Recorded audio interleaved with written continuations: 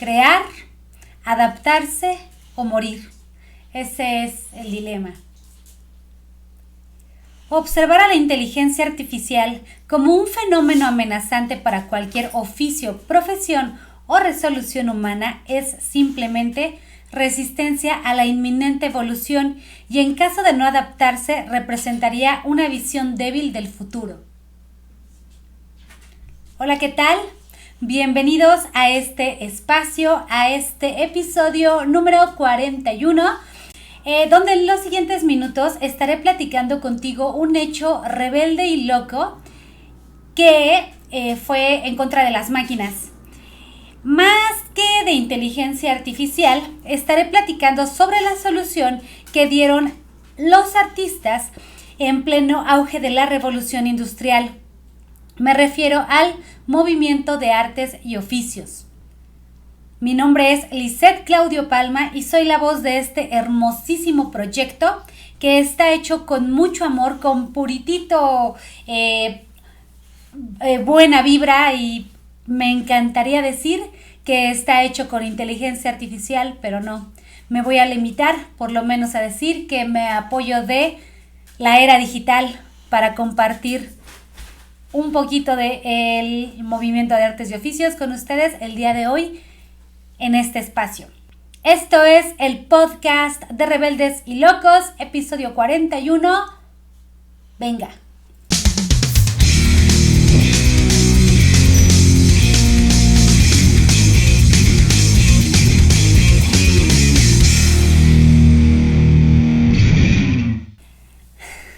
Me da mucho gusto platicar con ustedes de este movimiento.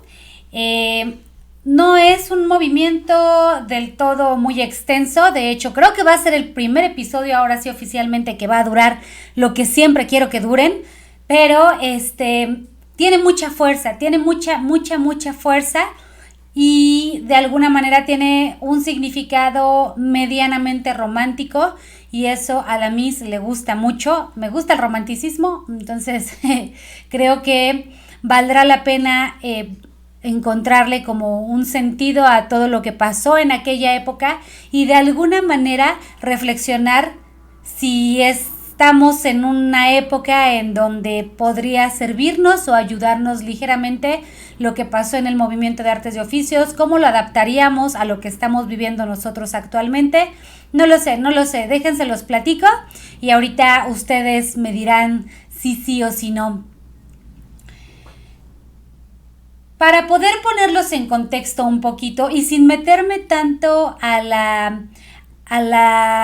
explicación o en la historia de la revolución industrial a detalle, lo único que les quiero decir es que fue un parteaguas en muchas cosas que pasaron en la historia.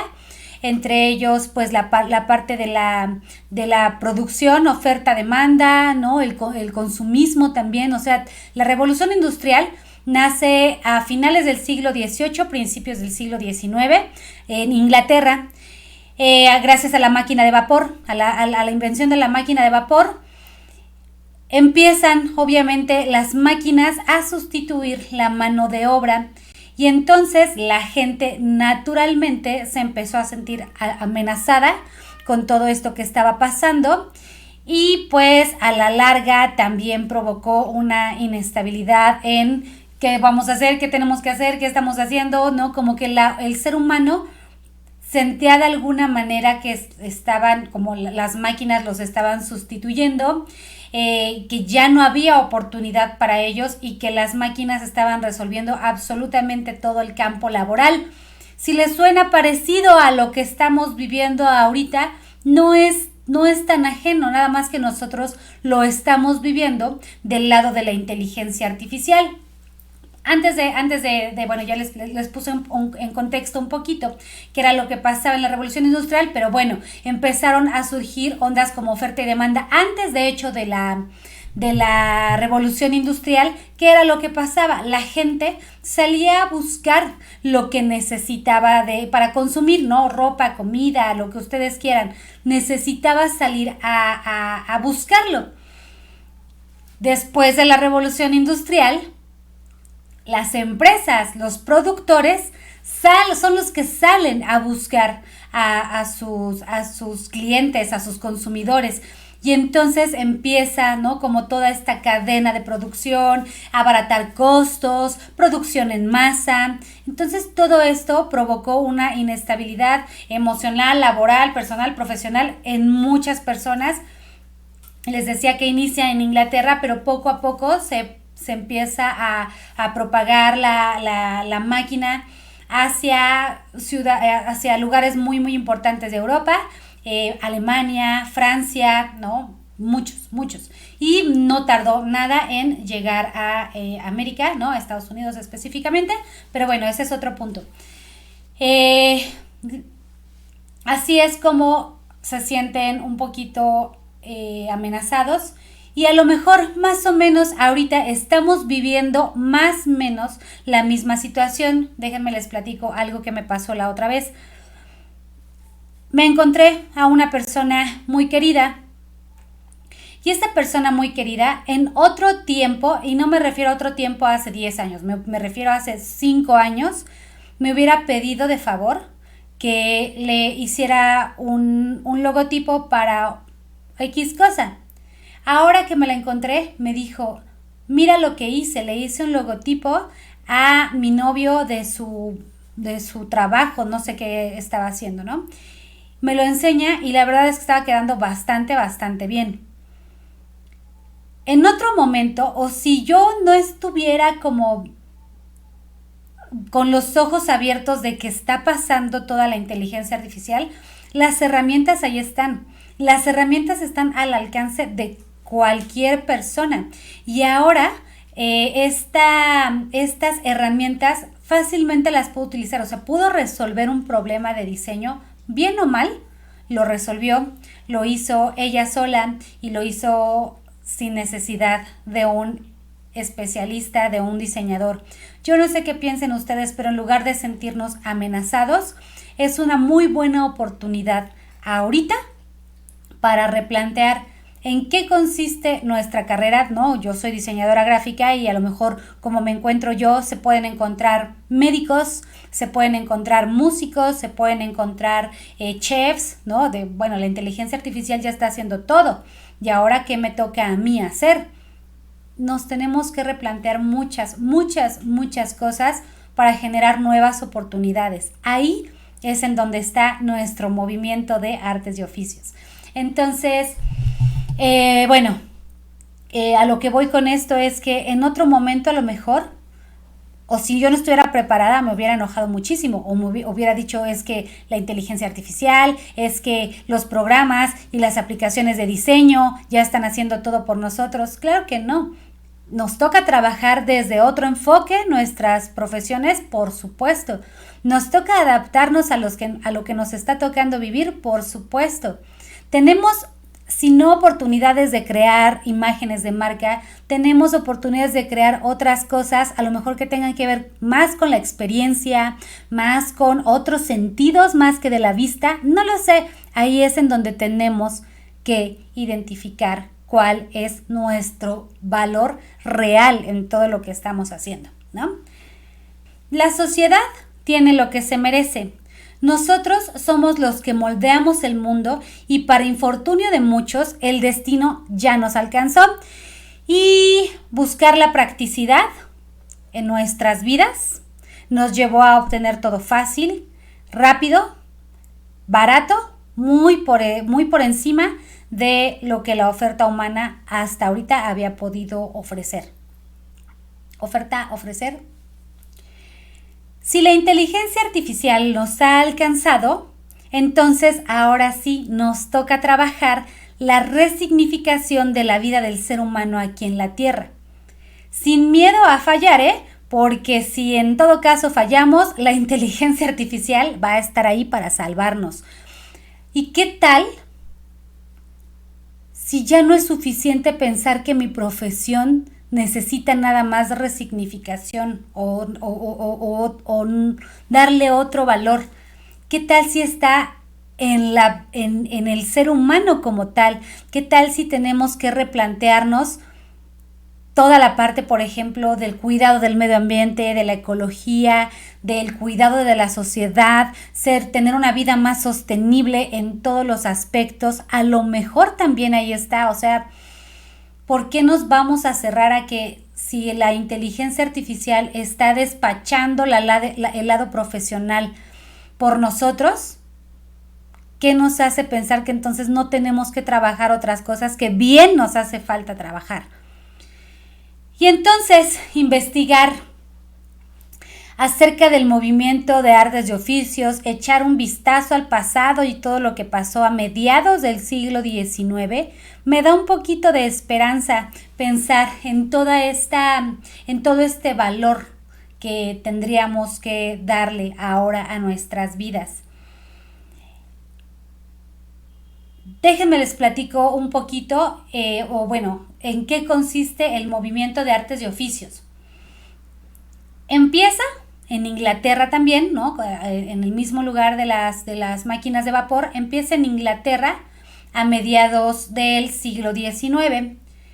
Y es en esta época en donde, ya tenía fuerza la revolución de las máquinas.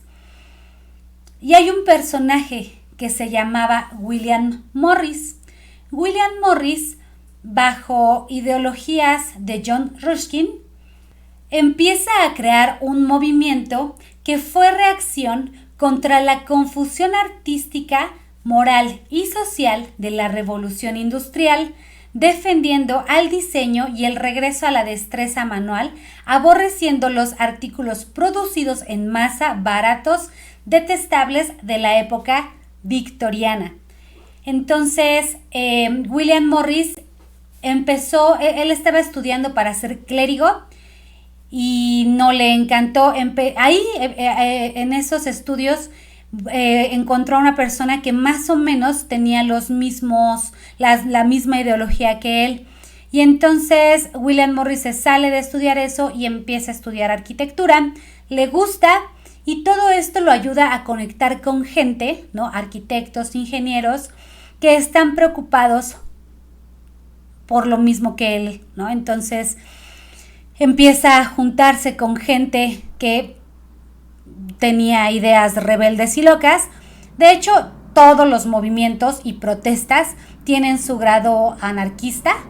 Y a lo mejor William Morris estaba jugando un poquito a hacerle de anarquista, porque realmente él venía de buena familia y el dinero no era algo que le preocupara, ¿no? Entonces era un niño bien estudiando arquitectura y jugando a crear su movimiento. Le funcionó, pero a crear su movimiento y a jugarle un poquito al anarquista. Entonces pues empiezan a crear estos movimientos. Llega a trabajar en una universidad importante dando clases de arquitectura y, si no mal recuerdo, teniendo una dirección de arquitectura.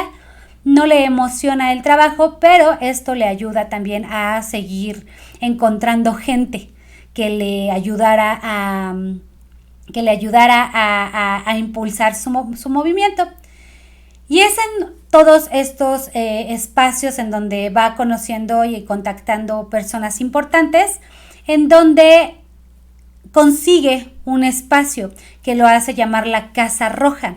Y en esta Casa Roja, imaginen una casa hermosísima, un poquito descuidada, ¿no? Pero hermosísima, de la época victoriana, con aquellos muros increíbles, tapices padrísimos, azulejos, mobiliario de la época, techos increíbles, o sea, toda una casa victoriana.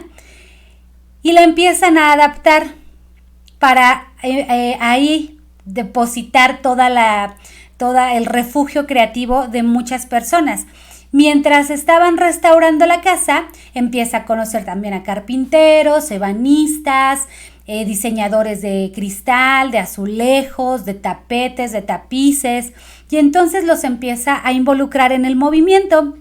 A la par de ellos, personas que estaban estudiando diseño de mobiliario, en fin, ¿no? Como cerámica. Entonces, todas las personas que se dedicaban al arte o a los oficios eran bienvenidas en este espacio. Y empezaron a crear también, aparte de como espacios creativos, también de exposición, galerías. Entonces empezó a tener como mucha popularidad este tipo de casas y empezaron a replicarse estas ideas en otros lugares, ¿no? En Francia, en Alemania, en España, pero siendo la cabeza y el fundador de todo, William Morris. A la par de todo esto que estaba pasando, ¿no? Mediados del siglo XIX, William Morris empieza un proyecto que se llama El Caballito de Madera. Espérenme. No, se llama El Caballito de Juguete. El Caballito de Juguete era una revista que lideraba William Morris, en donde fue la primera revista de diseño que se hablaba de mobiliario, de cerámica, como toda esta parte de artes y oficios. Y mientras también esta parte de la revista se diseñaba, rescataban todas las tipografías y todo el diseño editorial de las impresiones de los siglos XV y XVI, ¿no? Que fue cuando nació la imprenta, ¿no? La de Gutenberg, y los libros incunables. Los incunables eran las primeras impresiones que se hicieron en imprentas, ¿no? Como la que había inventado Gutenberg, y se les conocía así porque eran los libros que estaban como en la cuna, como en pañales, como que apenas estaban haciendo los prototipos, ¿no? Los diseños de libros, y entonces rescatan todos esos diseños nuevamente como para resaltar la parte de diseño, cosa que se me hace muy interesante. Empieza a tener su proyecto de la revista, empieza a tomar fuerza, hay exposiciones, hay galerías, empiezan a aparecer, ¿no? Personas de renombre en estos espacios. Y ya a finales del siglo XIX crea un lugar, dentro de este movimiento de artes y oficios, un espacio que se llamaba la impresora Kelmscott. La impresora Kelmscott también se encargaron de darle valor e importancia al diseño de letras y al diseño editorial, sobre todo la creación de imágenes, la creación de técnicas de impresión, el cuidado de papel, de tintas, todo esto. Y también, no sé, estoy así como entre un balance, no lo encontré, pero qué tan a favor o en contra estaban los creadores y los seguidores del movimiento de artes y oficios con la invención de la fotografía, porque justo en estas épocas, ¿no? En todo este siglo XIX fue cuando se empezó a perfeccionar, a trabajar, desde inventar la fotografía, perfeccionarla y trabajarla, ¿no? Entonces, a lo mejor también estaban como un poquito celosos porque la fotografía vino a suplir, ¿no? la pintura realista. Y bueno, pues también seguramente los pintores dijeron, los artistas decían, ¿cuál es el valor entonces de todo si ya se está reproduciendo la imagen como tal? No lo sé, a lo mejor también fue parte de algo que quisieron adaptar y dijeron, adelante, se vale, está padrísimo, sí, ¿no? Entonces, bueno, ahí va poquito a poquito también la parte de la fotografía, la imprenta Kelmscott, que es uno y el último de los proyectos importantes que fundó William Morris. Entonces era fue un movimiento breve, pero con mucha fuerza. No fue un movimiento que sonara tanto como a lo mejor las vanguardias, como a lo mejor la Bauhaus, pero sí fue un movimiento muy importante. De hecho, a raíz de la Casa Roja, a raíz del movimiento de artes y oficios, empezaron a replicar en otros países escuelas que tal cual se llamaban escuelas de artes y oficios. Una de estas escuelas de artes y oficios fue a dar a Alemania, y todo este tiempo hasta 1914 se llamó Escuela de Artes y Oficios. Cierra cuando se estalla la Primera Guerra Mundial y vuelve a abrir sus puertas el 19, si no mal recuerdo, el 19 de abril de 1919. o el 29 de abril, por ahí, de 1919, y ahora sí, con el nombre del Das Staatliches Bauhaus. Entonces, vean lo importante que fue el movimiento de artes y oficios que le dio pie y entrada a la escuela más importante de arte, diseño y arquitectura de toda la historia y específicamente del siglo XX. Entonces, es muy importante el movimiento, pequeño, breve, pero sí tuvo muchísimo valor en la historia del diseño, en la historia del diseño de productos, de servicios, de mobiliario, de industrial, arquitectura. Tuvo muchísima fuerza. Y ya para finalizar, me gustaría que ustedes pensaran esto. No estamos muy alejados de la historia que les acabo de contar. No estamos muy alejados de lo que esté pasando, de lo que pasó en aquella época de la Revolución Industrial, ¿no? Que sentíamos que ellos sentían que las máquinas se estaban apoderando de la vida misma, y a lo mejor estamos nosotros pensando exactamente lo mismo con la inteligencia artificial. No nos quedemos indiferentes a lo que la inteligencia artificial nos está poniendo sobre la mesa. Es más bien sentarnos a negociar con la inteligencia artificial qué está ofreciendo ella y qué voy a ofrecer yo. Yo como persona, como ser humano, ¿no? Para que a partir de eso empecemos a generar soluciones a todo lo que se nos viene. Y por un problema que se esté resolviendo, se están abriendo 3 problemas más. Así que no pensemos que la inteligencia artificial va a venir a resolver absolutamente todo. No. Nos va a costar un poquito más de trabajo porque es romper con por lo menos todas las expectativas que teníamos de las profesiones. Sí. Es una buena oportunidad para crecer personal, profesional, espiritual, todo lo que tenga que ver con el ser humano también. Entonces, no se queden con que la inteligencia artificial es mala. Si quieren ir en contra de ella, háganlo, pero de la manera más inteligente, más humana posible, porque al final no le vamos a ganar, vamos a vivir con ella, así como aprendimos a vivir con la revolución industrial, aprendimos a vivir con la creación de una imprenta que también vino a revolucionar la parte del aprendizaje a nivel mundial, en fin, ¿no? Como muchas de esas cosas que de repente estamos como negados a adaptar, pero son parte de nosotros, ¿va? Era lo único que les quería platicar el día de hoy. Fue breve, les digo que así como duró así mi intención es que duren todos. Les mando un abrazo muy, muy, muy grande. Por favor, síganme en redes sociales. La red social del podcast es en Instagram, @de_rebeldes_y_locos. Mi canal de YouTube, si es que me están viendo por aquí, es @LineaCurva_LizClaudio. Suscríbanse, eso me llenaría de mucho orgullo. Y saber que alguien está escuchando allá afuera estaría increíble. Mi Instagram, ya en donde deposito todo lo que soy, todo lo que hago y todo lo que me gusta, es @serlineacurva.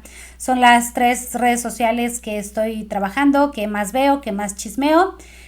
Por favor, suscríbanse, síganme, creemos una comunidad de curiosos que nos gustan hechos rebeldes y locos, variaditos. Les mando un abrazo muy grande a todos, los quiero, bye.